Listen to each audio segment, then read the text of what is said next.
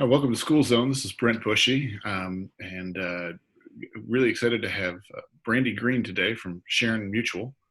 Thanks for joining the show. Thank you for having me. So we're at some schools are done, some schools are just finishing up right now. I guess a few may go a little bit longer, but most schools in Oklahoma are done for the year. We know we spent the last 6-7 weeks in distance learning, and conversation I wanted to have today is, well, how'd it go, right? Let's just kind of jump in. Like, Brandi, why don't you tell us your experience in terms of, we all went on spring break, and then we didn't come back to the normal world. But I don't know the specifics. I've heard great things about what Sharon-Mutual did, but I don't know all the specifics. So tell us, how did Sharon-Mutual approach this, coming back into a distance learning world? So to start off, a little bit of background about ShareMutual is this is our third year. So about 3 years ago, we went to personalized learning with one-to-one Chromebooks. So this transition wasn't too difficult for us. So we used, some of us are in Google Classroom. I have a class on Google Classroom. I have some others I'm transitioning. And the other platform we use is called Spark. So we were pretty set up for this. It was pretty easy for me to just push it out to them. We already had it there. I have my classes set up a semester at a time, so all my work was already out there. So it wasn't too bad of a transition for us as far as the virtual side of it. Okay, so you had content available virtually. Yes. And did students have machines? Do they have Chromebooks, iPads? We are one-to-one Chromebooks. So all our high school students, I can only speak for high school. High school students have we're one-to-one Chromebooks, so they each have a school given Chromebook. Now the little ones in the elementary, we have classroom iPads. So I don't know if they let the kids have the iPads or if they had to use their own devices or not. Okay. And kids had taken them home, like that was a common thing for them to take their Chromebooks home? It was their Chromebook. That's cool. That's really cool. And what about connectivity? How does that work out? And we know Sharon-Mutual is a bustling metropolis. So what's the and I'm sorry, I don't make to make fun. I love it out there. I love it's fun. Yeah, I mean, for those of you that don't know, Sharon-Mutual is a split school. We are 12 miles apart. Sharon is 12 miles from Mutual. So Sharon is about 9 miles south of Woodward, and then Mutual is about 18 miles southwest of Woodward. So somewhere along there, depending on which route you go, there's all kinds of different ways.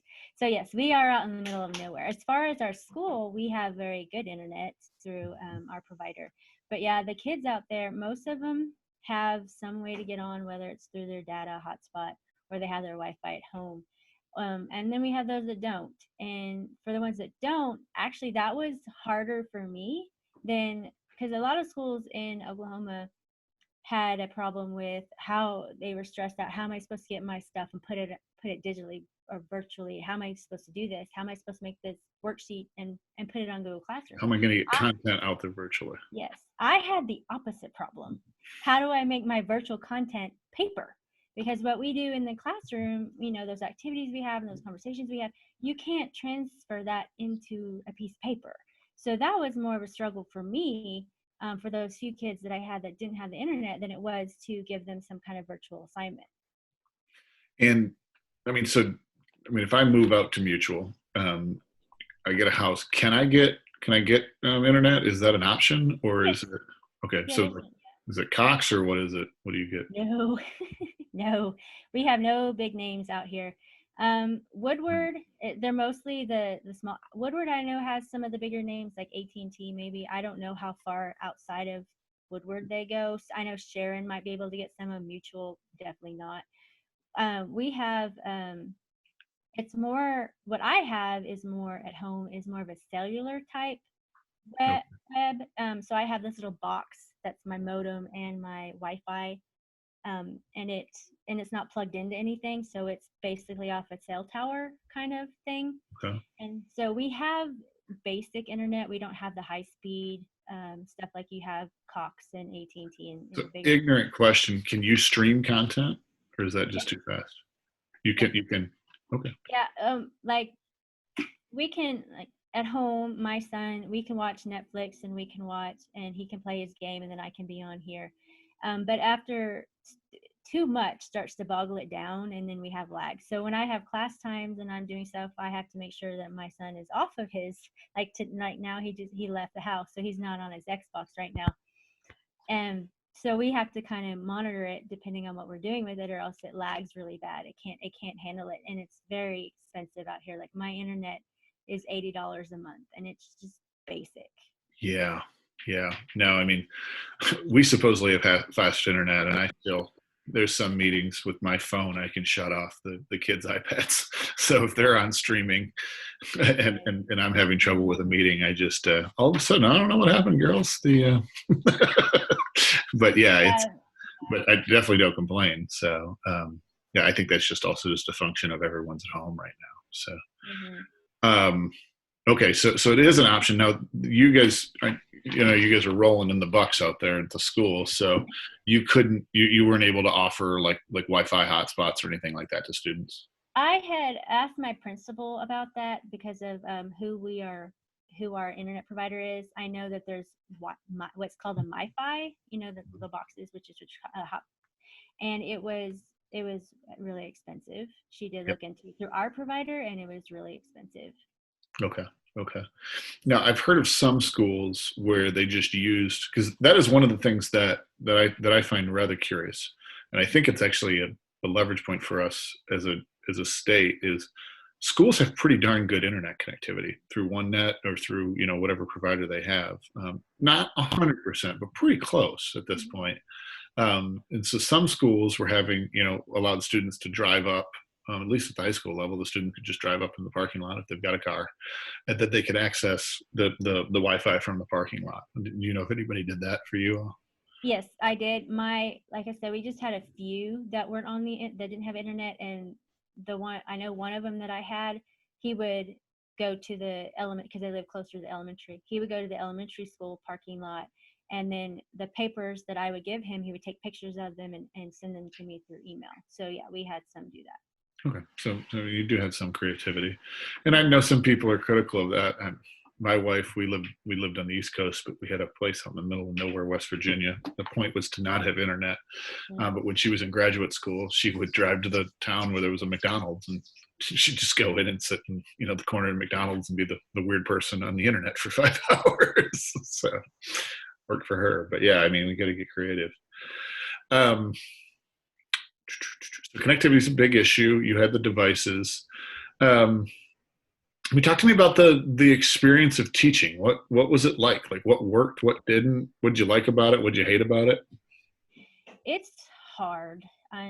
If you poll all the teachers in the entire world, the number one thing they'll probably tell you is they miss their kids, they miss the classroom, and it's hard, especially in a small school. And when I say small, I mean small. We have just over 50 students, 9th through 12th grade, so it is small. So I know these kids, some of them even better than I might know my own children. And so we know them. And so when you walk in the classroom, you can look and you can, by their attitude or how they're acting or their facial expressions, if something's wrong or they're having a really good day. And not having those connections or being able to read, you can't read that through a screen if they have, especially if they have their video hidden, so you can't even see them. So that was probably the hardest part, was we don't have those connections. And Yep. then of course the connectivity, and then the way that it's hard, I mean, there's a way to maneuver it to where you can see them, but we use Google Meet, and because of we started out with Zoom, but there's something with our Chromebooks and we couldn't do it. I know our elementary kids use Zoom, so we use Google Meet. And the way Google Meet is, when I share my screen, all I see is my screen. I don't see my students at the same time. So that was a struggle, because when you're teaching, especially math, that's what I teach, is math, you can kind of see by their faces if they're struggling, if they need help. They're out in left field, they have no idea what's going on. And since I couldn't see them, I didn't know if they needed help at that particular time. And so that was kind of a struggle. Like I said earlier, because I already had a lot of my stuff digital or virtual, getting that to them wasn't that big of a deal. They either got it through Google Classroom or our Spark platform. And I still was able to do some of my collaboration. One of my biggest things that I do in class is we do a lot of exploration, notice, wonder, and discovery type activities, which you can't really do that through a Zoom or a Meet. It's hard. You can't in Zoom. You can at least put them in a breakout and say, okay, you two work over here and you two work over here. You Yep. can't do that. You can't do that in a Meet. Meet doesn't have that capability. So I couldn't put them in groups to work together. So, but like I said, we have really small classes. My classes ranged from 5 to 14. So Okay. really small. So we could still have some of those conversations and we could still do some of that collaboration and some of that activity, but it's just so much harder to do it through a screen because you can't read your audience in a sense. You can't see. You can't touch each other. No. I sit around and dream about just hugging somebody. I'm an extrovert. I'm a toucher. It's who I am. And it's like, good God, it is hard. Mm-hmm. Zoom helps. It's better than nothing, but it's not a replacement. Yeah, I was super excited because I couldn't wait to see them. Even if it was through a screen, I couldn't wait to see them. And there's still some of them that I haven't seen. They didn't show up for one class, and so I haven't seen them at all. And I've messaged their parents, so at least I know that they're okay. But I didn't get a chance to see them. Yeah, no, it's hard. And just speaking to the social connections, like today is the last day for admin schools where my daughters are, and I've gone through tears with both sets, right? Because they're not going to see their classmates anymore, and it's been tough. It's been a tough process for everyone. Okay, so let's talk about the really scary stuff. What the heck are we going to do in the fall? Like I said, I'm set up for this. So if we need to continue virtually, I can continue virtually. I'm not set up for paper pencil. I mean, I have stuff for paper pencil that, I can print off and all that good stuff, but that's not how I plan my classes. So that's what I would struggle with, is if I have to go back, do more paper pencil type stuff.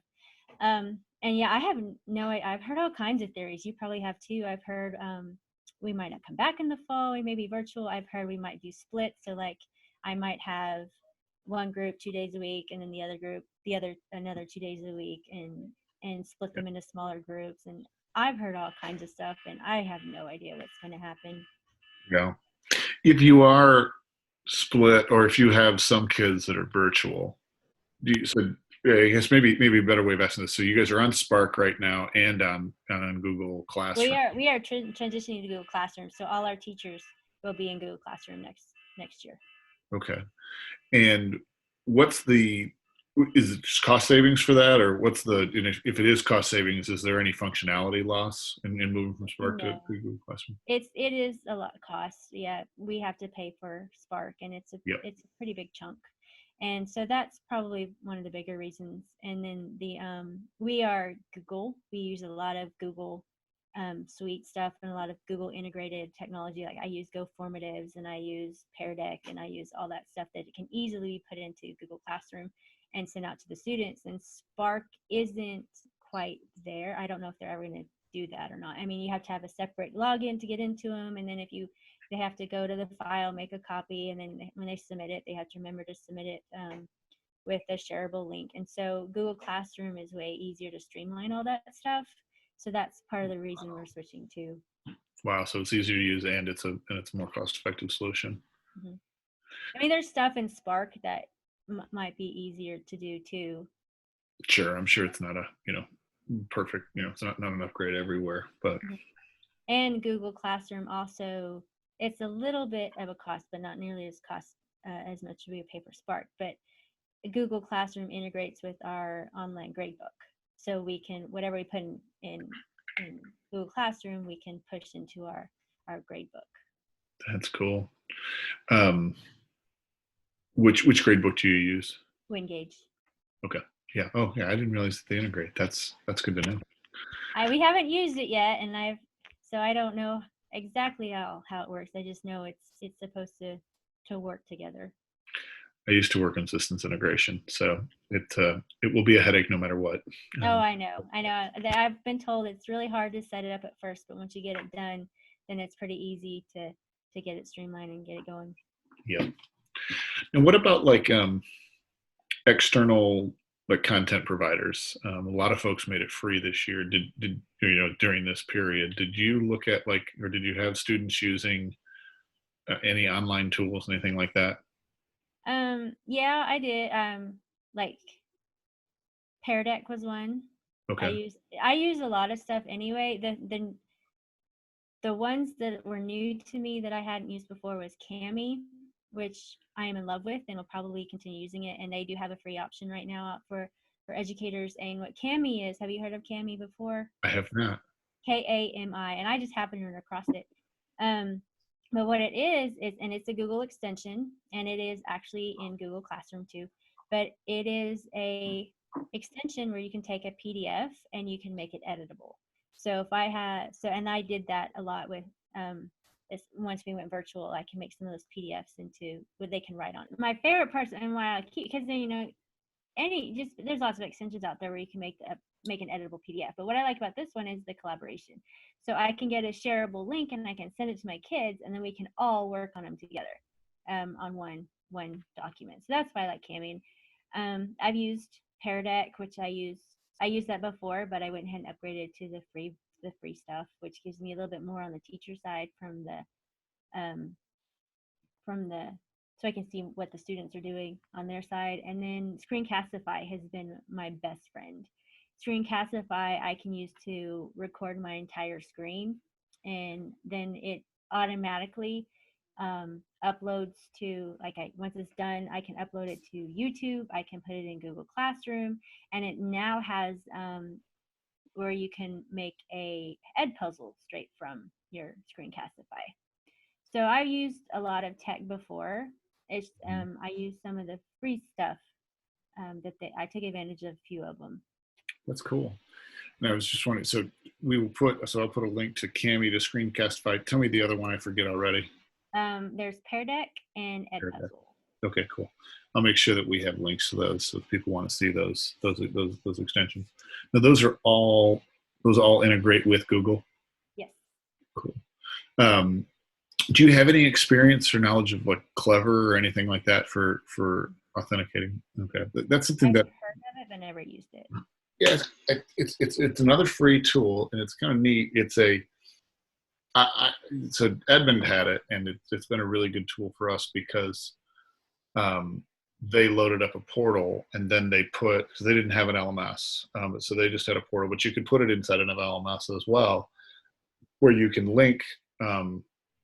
So students need to remember their password to Clever, but then they could get into multiple tools, right? Because it started right at the start of the quarantine. My daughter was trying to maintain all these different passwords, and it was a nightmare. And then all of a sudden it's like, oh, okay, as long as you remember your Clever password, then you can get all of these other tools. So I thought that was and it's free as well. The companies that integrate with Clever pay them, so that's how they make money. So it's kind of a cool function. One of the other things we're spending some time at the Resource Center thinking about is when we're back in the classroom. So at some point, we're going to go back to normal. Crossing our fingers, we're going to go back to normal. Now, you guys, is not necessarily completely fair question because you guys were already personalized. But is there anything that you've done that so any practices that you think you're going to bring back into the classroom from this experience? Like I talked about, I do like doing more with the Cami type thing. I wish the easiest part of this has been deciding what I'm going to wear every day. So I wish I could bring my sweatpants in the classroom every day, but I don't think that's going to happen. Yeah. I asked my principal if I can negotiate that in my contract. She said no. But yeah, we do a lot of. I found out. I knew I was teacher centered, and I've been the last few years trying to transition more into student centered. And this process has showed me just how teacher centered I am. What do you mean by that? Like when we do stuff in the classroom, I'm the one driving. That's what teacher centered means. I'm the one doing the driving. I tell them what to do, when to do it, how to do it. And so I want to go more student driven, and we do that now in the classroom. I do a lot of discovery and exploration and notice and wonder.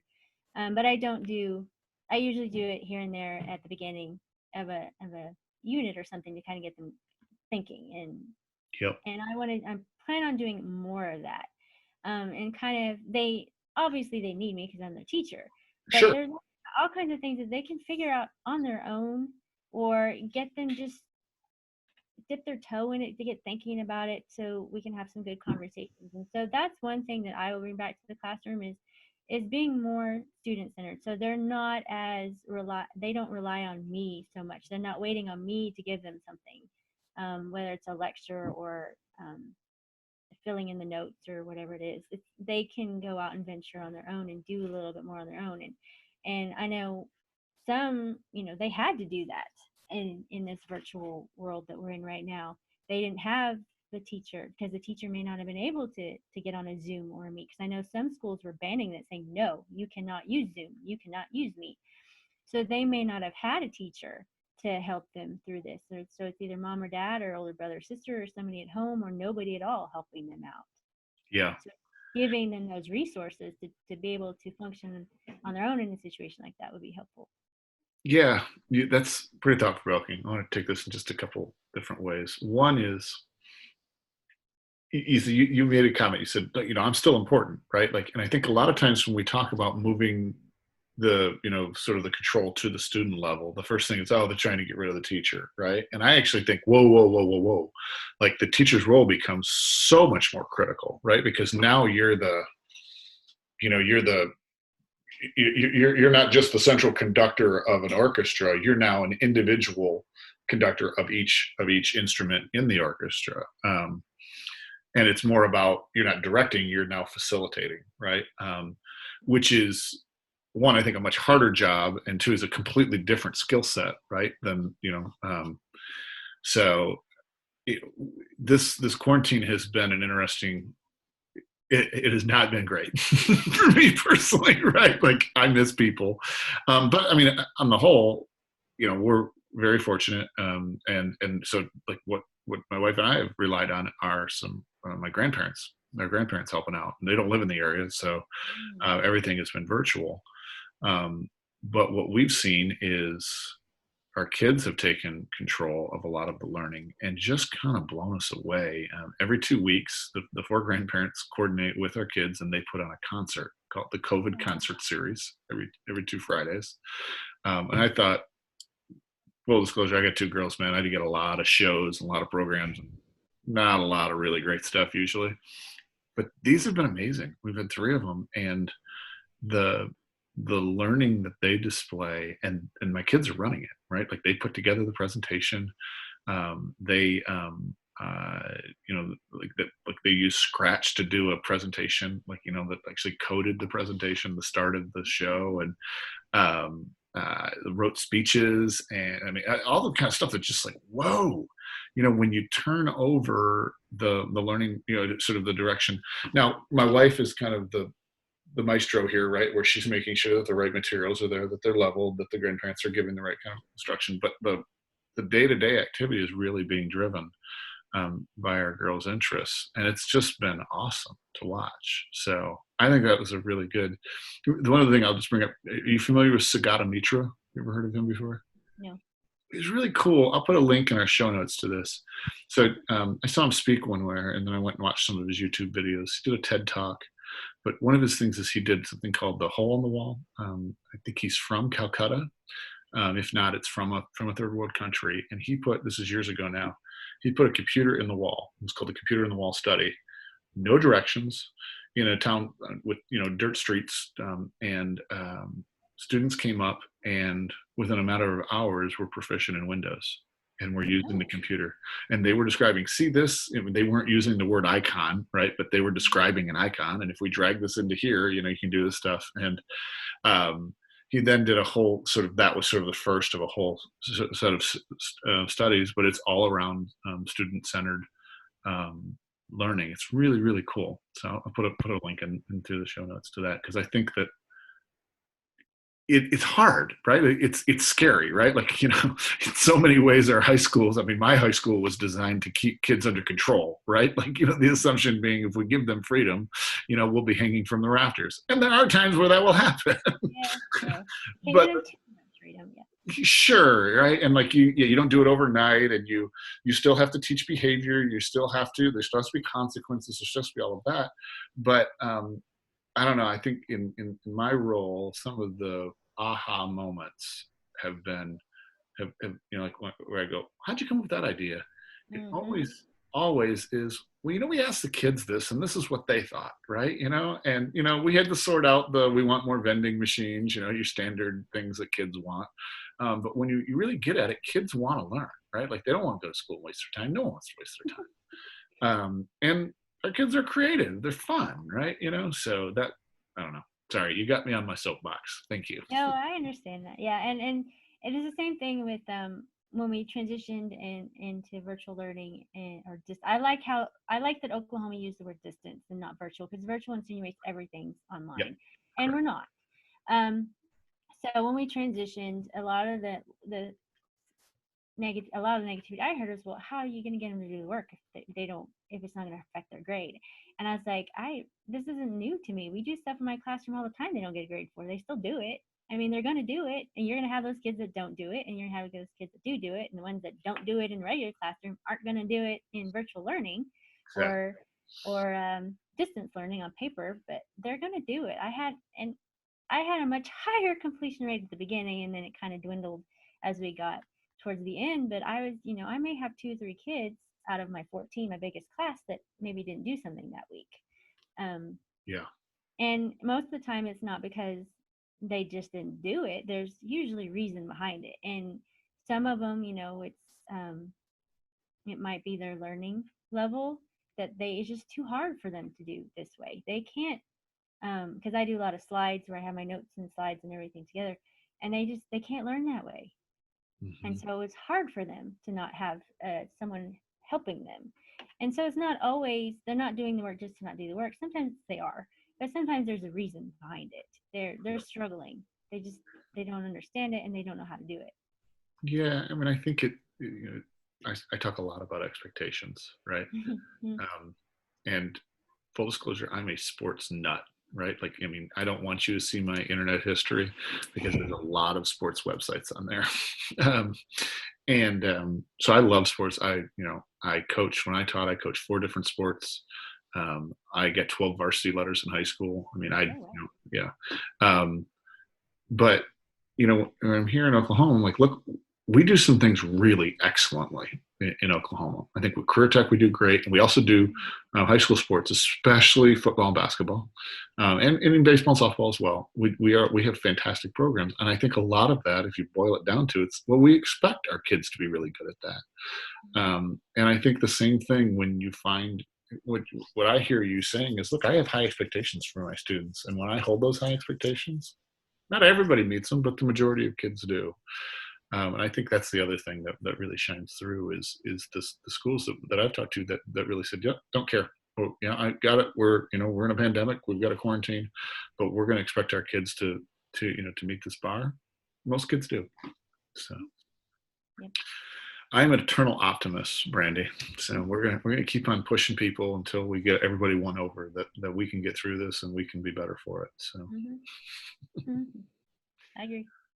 Well, I appreciate you taking time today. This has been really helpful to me. I'm sure folks will enjoy listening. And if we can ever be of help, I hope you'll reach out to us. So, Well, thank you. thank you.